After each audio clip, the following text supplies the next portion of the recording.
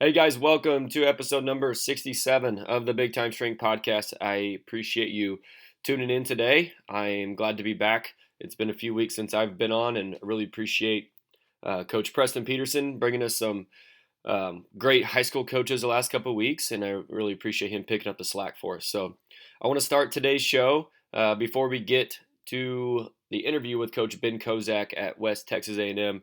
I want to talk a little bit about our sponsors, Team Builder, number one. They have been with us kind of right out of the gate. So Team Builder is the leading software for high schools and colleges by providing coaches the ability to write programs online, generate over 13 reports, and even train athletes remotely for side income. Right now, if you sign up with code BIGTIME, which you can find in the show notes, that link, you will receive a free APRE programming template, which works automatically within Team Builder. No more spreadsheets and workout cards to track training maxes that change day by day. Automate your programming without outsourcing your programming with Team Builder. We are actually doing APRE right now, or getting ready to, with our teams, and this does save us quite a bit of time. The APRE feature within Team Builder works outstanding. So always appreciate the guys at Team Builder, Hugh in the gang. So check out Team Builder for all your software needs. Our next sponsor, and it's my first chance to talk about these guys, is Powerlift. Really excited that they're coming on. Mike Richardson is our local rep here, which you can find his contact info in the show notes. Really, really excited that a company like Powerlift decided to support the Big Time Strength Podcast. Powerlift is the leading manufacturer and distributor of heavy-duty strength training equipment for collegiate and high school athletic performance centers around the world. Powerlift brings over 20 years of experience to the strength conditioning world. All products are manufactured in our state-of-the-art manufacturing facility in Jefferson, Iowa. We are proud to support all coaches making the big time where they are at. Again, can't thank Powerlift enough for coming on and supporting the Big Time Strength Podcast. Thank you, thank you, thank you. All right, guys, Crush Cancer book. You can still find that on crushcancerbook.com. I've mentioned it multiple times. If it's your first time tuning in, you can go there, and it's a combination or a collaboration, of over 65, 67s, I think is the official number, workouts submitted from strength coaches throughout the country. I think there's over 26 states and Canada represented, where each coach kind of designated his workout to a loved one who has battled cancer, and they wrote a little blurb about their person as well. It's a really cool book, guys, and all the proceeds go towards cancer research and to support my cousin, Riley Holstein, guys, which I am sad to, this is why I've been out the last few weeks, is we lost Riley on September 22nd. He lost his battle to leukemia, and you can still buy this book, guys, and you're still supporting him, and a lot of the money that is being raised through this book will go towards actually funding a memorial, Riley's memorial, which is towards the weight room at the Mound City High School where me and Riley grew up, which is a pretty cool thing. So if you want to support Riley, others battling cancer, please do. We're still trying to sell as many of these books as we can. We are Day 49 of the Reps for Riley Challenge. We're doing every single workout in that book. If you want to follow along with that, follow me on Twitter at GDRosier. You can see which workout from the book we're doing each day, but you need the book first to know what we're doing. So we got 22 left, so we're actually less than that. Whatever 67 is minus 49 is how many workouts we got left. All right, guys, that's all the announcements I have. Again, thanks for tuning in today. I'm glad to be back here. Getting this thing rolling. We are with Coach Ben Kozak today, West Texas A&M. He's got a lot of energy. I've known Coach Kozak for a while, but finally able to meet him a few weeks ago when West Texas came up to William Jewell College. We played week 2. Unfortunately, they came out on top that day, but great to officially meet Coach Kozak, and he gives us some great stuff here on today's podcast. Thanks for tuning in, guys. Enjoy the show. Hey, Coach Kozak, thanks for joining us here on the Big Time Strength Podcast. Really appreciate you taking the time out of your busy fall and Squat-tober to get rolling with us. So why don't you get us going with sharing a little bit about your background and where you're at right now? Man, thanks for having me on. It's a pleasure. Really big fan of the podcast. You've had a couple of my really good buddies on here. I really enjoy listening to small time coaches being big time. But right now I'm at West Texas A&M. I'm in charge of football and equestrian there. Before that, I spent a year at Louisiana Tech working with football and softball.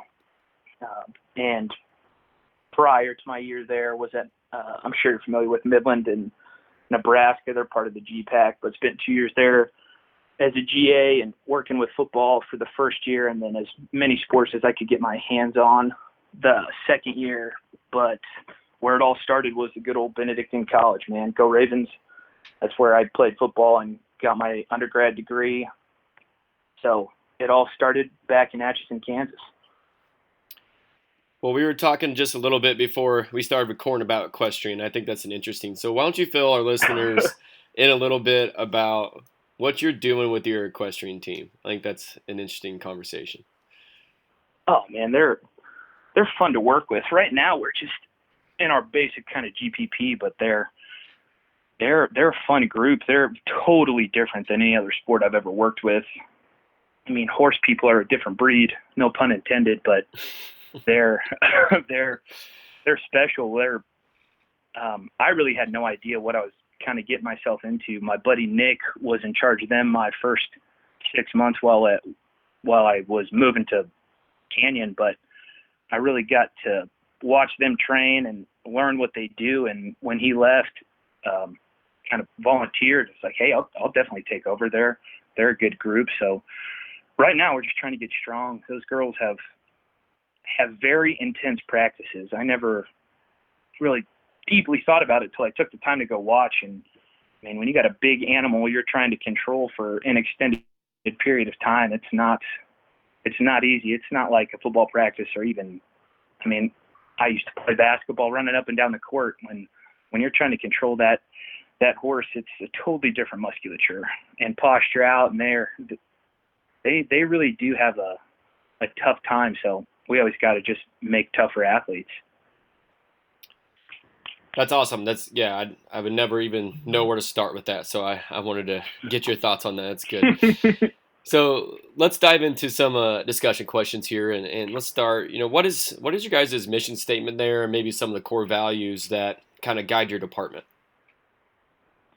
Oh, our mission is to ensure athlete availability. I actually had a really good conversation with the boss the other day. Just, you hear a lot of different people say we are sports specific and we do this and that, but really our mission is to make sure that our athletes are ready to go and ready to play. Take care of them when they might be a little banged up, prepare them for what's coming, and make sure that they're able to play the sport that they're signed up to. I mean, football-wise, and you know how it is. Every week you're probably changing stuff 3, 4, 5 times a day, depending on the guy or the group, or there's too many variables to count, but we just want to make sure that our athletes are ready to go. Our core values, personally, honesty, endurance, and discipline. That's what I try to instill in our guys. We want to be able to withstand hardship. We want to be on time. We want to be disciplined in everything we do, and we want to be honest in what we do. Did we really give it our all that day? Did we really, push ourselves? Did we do the best we could do? It's really just being honest with yourself. And I always try to be honest with them. There are times when they need to hear, man, I think you kind of milked that one, or you really didn't push yourself. I know you're sore, but really just building durable athletes with hard discipline work. Love it. And I love your going back to your mission of just ensuring athlete availability. And I don't remember where I heard this at. It might have been Mike Boyle talking about it, but I'm not sure. But they've done some studies about teams that, championship teams, the teams that win it at the end, or teams that have great records or whatever. And it's a lot of the time it's the team who had their best players on the field the most. It's really that simple. It's not like the team who has the biggest squat numbers or whatever it is. It's the team that kept their best players on the field the best. So when you said that immediately came to my mind, and it's something we all talk about, but just it's simple. We want to ensure athlete availability. I love that thinking. It's kind of the whole point of your program. That's a credit to the boss there, Coach Sarah Ramey. Yeah, Coach Ramey's. I've had a chance to talk to her a little bit. She seems pretty awesome. Seems like a good boss to work for. Oh yes, and I'm not just saying that. She's in the room with you. She's a good boss. Yeah. No. Coach Ramey, if you're listening, you're definitely a good boss. That's awesome. All right, Coach, along kind of your stops along the way, I'm sure you've had a lot of hurdles to climb. We all have, different challenges. So maybe talk about maybe some of those challenges you've had and how you've been able to overcome them. Oh, man, I'd say the one that I've contemplated about the most is really checking my ego. That came up lately. That's come up in the past where I think I'm really smart, but turns out I'm really stupid. And when I sit down and think about it, it's like, oh, I definitely could have handled that situation differently. I mean, working with challenging bosses or people you don't necessarily agree with, if I'm trying to stay politically correct, sometimes, I let my emotions be known. But after I sit down and think about it, reflect, talk to mentors, talk to other people, really just kind of, I hated letting my emotions control the situation instead of me controlling my emotions. It's really not that hard to work with a group of people as long as the number one need, that being the athlete, is met. So that was probably the biggest one for me in the short time that I've actually been a strength coach. Complacency, I've been, I'm guilty of having a good group and letting them just kind of get away with some things that really weren't the standard because we had a good lift. Maybe it's a group full of really good athletes and they never have any issues, but really don't push them as hard as I can. And I let it slide.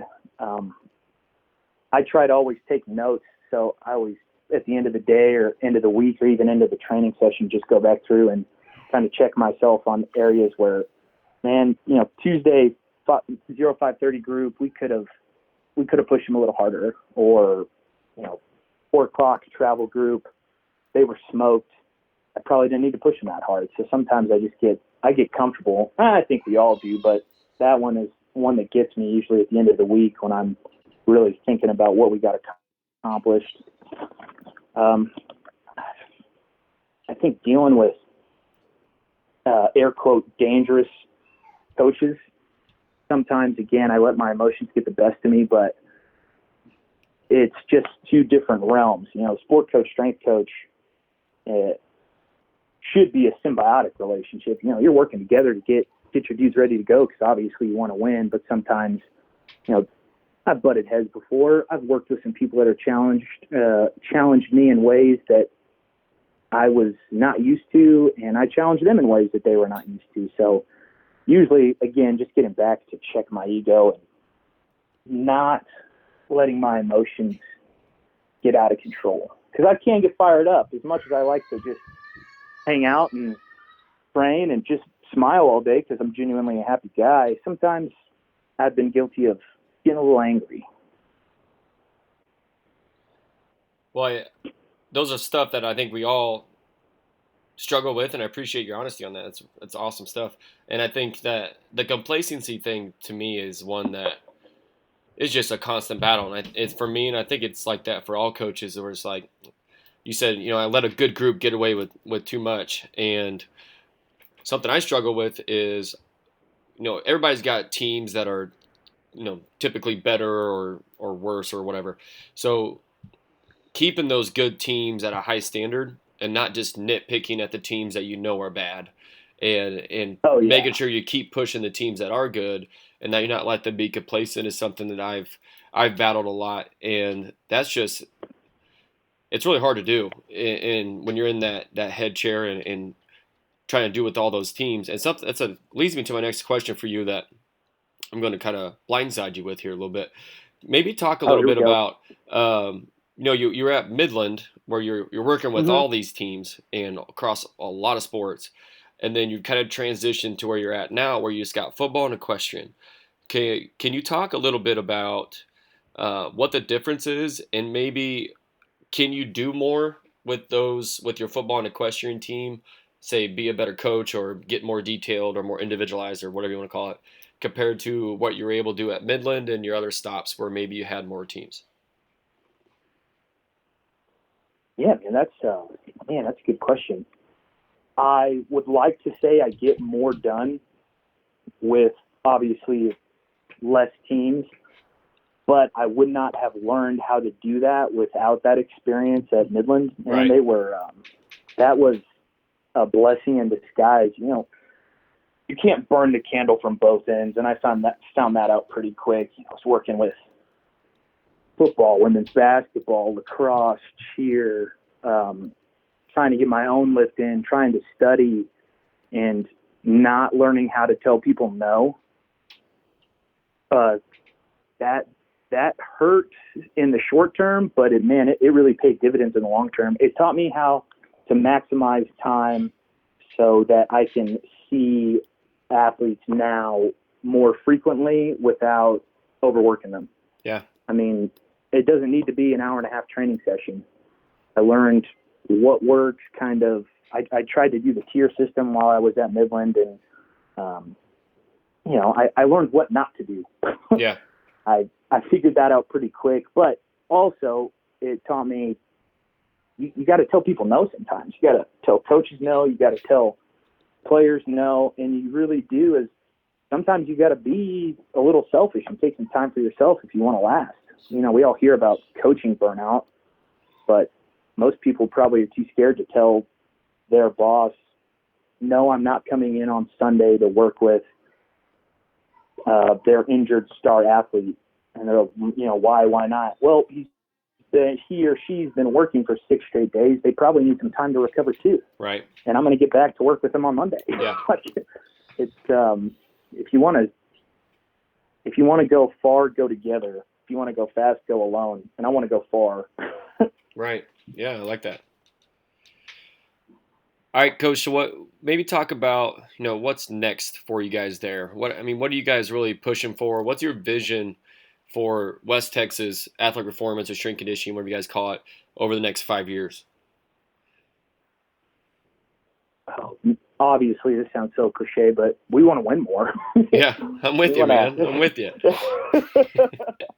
We want to win. I like winning. I know those conference rings are a couple of the best memories I have in my life. I want to have every athlete I work with experience that. I think it's a great goal, but it's not the only goal. From an athletic performance, strength and conditioning standpoint,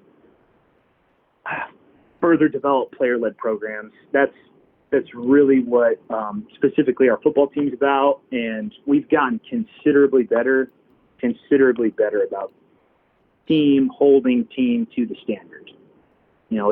It's awesome. I like to brag about our incoming freshmen this year are one of the best groups I've had. They're special, and I hate openly admitting that because, man, they're just I don't want them to know. But I really do like them. They're a great group, and they hold each other to the standard. Now, that being said, they're still freshmen. They make mistakes, but it's a great group to be around because they want to get better. They want to get better. There's very few peaks and valleys. They're pretty consistent, and it's fun to work with. But just continue to develop that, player-led. I have some team leaders that come in and help me set up. They know they need to be there early. I got guys that know their job at the end of the lift is to do this, this, and this, whether it be, help clean up, wipe down, check the weigh-in sheets. I think that the guys repeat everything I repeat on a daily basis because, they're trying to make fun of me, but I'm just repeating information they need to know. Can't tell you how many times a day an athlete will come up and say, eat, sleep, hydrate. You eat, sleep, and hydrate? But they're a good group. One big one I would really like to do, and I would love to develop more objective measures of success.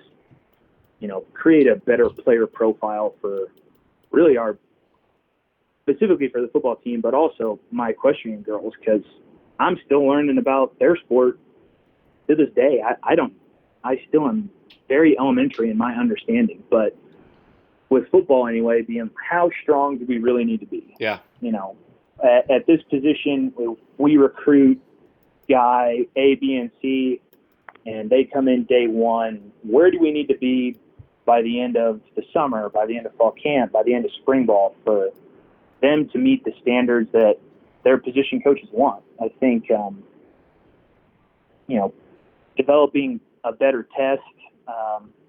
My previous boss, Kurt Hester, has the Combine 2.0 that, you know, obviously I work for him, so I'm a fan of it, but I really do think that it's a good idea. What are we really testing? You know, what can we do to test better? What does this data actually tell us? I mean, don't get me wrong, I love to see heavy squats and big push presses and clean and jerks and everybody moving 1,000,000 pounds, but that really doesn't equate to really good football players. Yeah.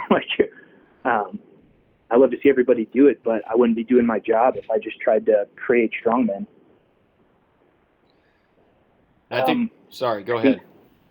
Oh, no, I'm sorry. I just took a big drink of water.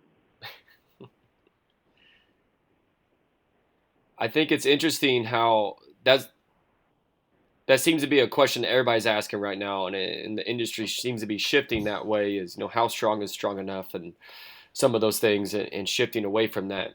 I just find it, just a random thought I had. I was just on Twitter earlier today, and what's frustrating, or maybe interesting, or however you want to look at it, is just how you can scroll down a Twitter timeline and you follow all these people, and one person says, if, you know, how important strength is, and then the next person says, it's great if you're strong, but that doesn't mean you're tough. And then the next person says something about, you know, all you need to do is do jump rope.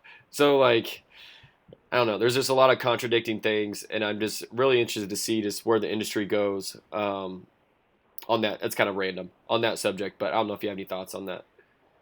Oh, no, that's so true, man. I'm guilty of that, too. I've gone back on some of the silly things that I've put on Twitter and been like, wow, man, you're kind of stupid. You shouldn't have said that because you just read something, or you had a good, and by you, I'm referring to me, but I had a good conversation and it totally changed my mind on things. You know what else blows my mind on the Twitterverse is how much reference there is to mental toughness. Right. Maybe it's just me not having a good understanding of it, but one of my favorite things to ask coaches and get their opinion on, because I can't answer it, is how do you objectively measure mental toughness? You hear that all the time. He's mentally tough. He's mentally weak. But how do you objectively measure mental toughness, and what does it really mean? Right. Like, have you read James Smith's book, The Governing Dynamics of Coaching? No, I haven't. Oh, man, that's a good one. And my brain just always goes back to how he explains it, or really how he questions it, as being, you know, three top tier human beings, all three in different fields. If you ask 100 people, 99 would say that they're mentally tough. But if you were to change their jobs, you know, and put them in different situations they're not trained for, then they'd be mentally weak. Right. So what does it really mean to be mentally tough? Right. Yeah, it's a great point.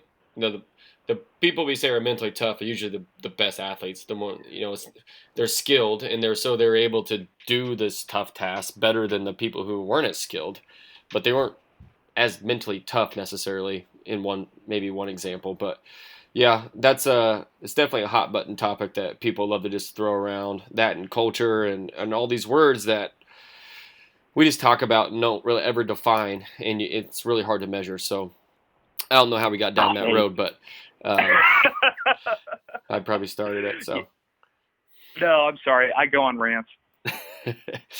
All right. So maybe what's something that you're looking forward to learning just personally as a coach, you know, in the next year or so? Oh man, there's a lot. I'm super ADD when it comes to books and different things. So I'm really openly bad about finishing textbooks. Like, I have West Side Book of Methods open. I got some Altus stuff that I'm trying to learn. I'm terrible at, and openly admit it, I am not the greatest teacher of speed. I don't understand running as well as I should. So I'm just trying. I can't tell you how many track practices I watch on YouTube. I'm trying to just learn. So that my goal for the next year is to listen to as many track coaches and sprint coaches and throws coaches as I can, because I want to develop speed. I think it's I have not made it a priority lately, and once the season is done, it's going to become a big priority. Cool. I could be better at teaching it, but definitely got to teach myself. VBT is big. I'd like to learn more about that. I've read the books, but haven't applied it, so I don't know it as well as I should. I think it can be really useful, or potentially useful. And then lastly, I'm pretty sure I'm going to sign up for the precision nutrition. I think I could be better at giving athletes better ideas on what to eat and how to take care of themselves, other than referring to standard, like NCAA My Plate, or here's a food pyramid from the 70s. Like, what? I can get better at that. Sure. And I'm excited for it. Yeah, I've heard good things about that. And you mentioned speed. That's something just recently as well. We noticed, we need to make this more of a priority. So we've been trying to make that a little bit more priority this fall. And then it's funny you mentioned VBT as well, as we just don't have much of a budget to do something like that. So we're starting to play around with it a little bit though. So we're kind of in the same boat here. Kind of along those same lines. What are some of you already mentioned James Smith's book. Maybe what are some of your favorite, professional development resources that kind of got you where you're at right now? Oh yeah, I think that Governing Dynamics of Coaching book is a must read. I think it's now it'll take you a while. He's a very wordy guy, but I really enjoyed that book. Ego is the Enemy is a great one. I'm sure you've had. As a matter of fact, I know you've had people mention that on the podcast before. That's another that really changed my perspective on a lot of things. The Passion Paradox, Why We Sleep. There's so many good texts. 7 Habits of Highly Effective People. But man, I go to the internet for just about everything. If you're looking for a book list, I'm sorry, you should just whatever Joey Burgles puts on the internet, read, because that guy always has the best info. Yeah, I've been following him on social media. He's pretty solid. Yeah, that guy could have his own career just from, hey, I read this and this is good. Awesome, man. I'm reading it now too. Podcast, obviously, big fan of yours. I like just live performance. Smart Drug Smarts. Have you ever listened to that? I have not. What was it called again? Oh man, Smart Drug Smarts. Okay. I found it just by going down the rabbit hole of podcasts, and it is very interesting. It's mostly just about supplementing and what really happens in the brain when you use this, and this. But it's interesting. Cool. Very, very interesting. If you like to nerd out with that kind of stuff. Sure. But social media. I mean, I think we all go to social media. I think there's a ton of really good people that don't get recognized enough, and some of them are very, very popular, and they got 1 million followers. And I wish they would tweet and post more, because they actually get my brain working and make me think. Yeah. Alan Bishop, he I love almost all his stuff. He has some really, really good stuff. Zach Woodfin at KU, I mean, he's close to you. He's a good dude. I'm kind of biased there. I really like everything he posts, but he's also been a great teacher for me. Yeah. I think, Daniel Flaherty out at Mount Marty? I do not know him personally, but I do follow him on social media as well. That guy's so smart. It makes me feel so stupid every time he posts something so simple. I'm like, I've never thought about it that way. He's so smart. But there's too many. Monty Sparkman, even though he did go to Baker, which I had to mention, but he's an awesome high school guy. Had some good conversations with him, and it's awesome now that we actually have a couple a lineman that played at his high school and trained with him, so we have some good dialogue back and forth. Dude, there's so many good things. I think just Google search good strength coaches, email them, and try to have a conversation. Yeah, not a bad strategy. So, hey, Coach, this has been great. Again, I really, really appreciate you taking the time to, talk to us today. I know everybody's super busy with fall and right in the middle of football season. So let's wrap this up. I just got 4 kind of quick questions for you. You ready? I'm ready. All right. You mentioned before we started recording that you're all caffeinated up. So what's your favorite caffeine source? Oh, cold brew. Cold brew. Perfect. Or Strike Force Energy, or both at the same time. I've had Strike Force before. I like Strike Force. That's good. That's good. Yeah. All right. You got 15 minutes to train. What are you doing for yourself? Ooh, pitch shark, reverse hyper, fat grip curl, and heavy bent over rows. Nice. That's perfect. What is your favorite office snack? I know you're spending a lot of time in the office. What are you snacking on?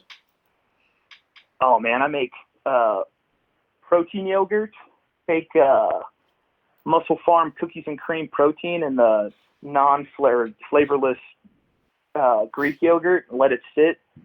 It tastes like melted ice cream. Nice. It's so good. That's awesome.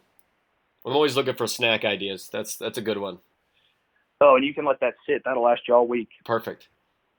All right, last one, Coach, is who's a small school strength coach you think just does a great job and deserves a shout out? Oh, goodness gracious. You can make me pick just one. Can I just however say many you every want. I don't care. Oh, okay. Perfect. Man, everybody I've met in this Lone Star Conference is great. Rod Cole and Stephanie Sharp at Tarleton, they're doing it big. Angelo State, Joe Powell at Angelo State, man, he's a good dude. He's smart. He's doing big things. Jeremy Pick at Midwestern, he's another just good guy. Had great conversations with him. But I'd say the number one that I would love to hear on your podcast is Nick Coleman. I'm biased because we're good friends, but he was here at West Texas my first 6 months or so, and now he's actually just got promoted. He's the director of Olympic at South Alabama. Awesome. And he is another just brilliant guy, super smart, and excellent friend to have, but good to listen to. Cool. We'll definitely reach out to him and those other coaches you mentioned. So, hey, Coach, again, one more time, thank you so much for joining us. Good luck the rest of the fall. Keep killing it down there, and we'll talk to you soon. Thanks for having me, man.